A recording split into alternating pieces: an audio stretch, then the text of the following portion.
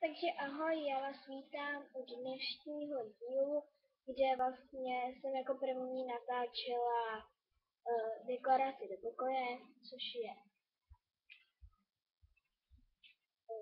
je teda tohle, bejzový, všechno jsem natáčela.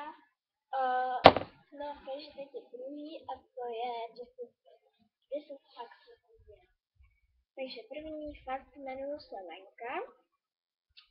Druhý fakt je, že chodím do 5. třídy.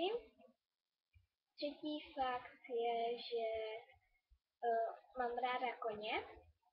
Čtvrtý fakt je, že mám morče. Pátý fakt je, že mám psa. Šestý fakt je, že mám ráda květiny. Sedmý fakt je ten, že moje nejlepší kamarádka je Tereza Ošková. Nevím, jestli má YouTube, ale řekla mi, že ho má, tak teď nevím.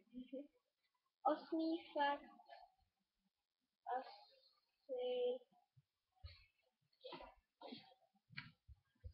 Jo, osmý fakt je, že mám nový pokoj.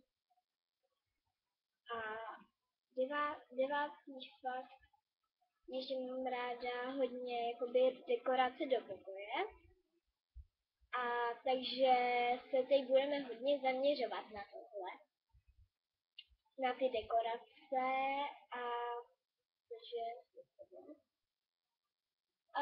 dále to je poslední fakt je, že mám ráda moc ráda mám ovoce a hlavně mandarinky a melon.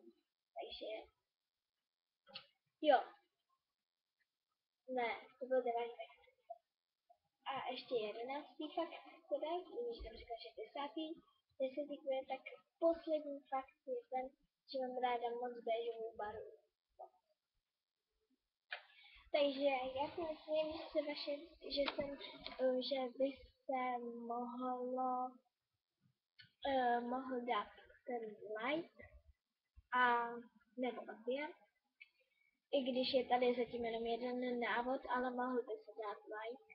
A takže určitě, pokud bude 20 lajků nebo 20 odběratelů na mé stránce, tak prostě udělám nějaký speciální video. Takže čus!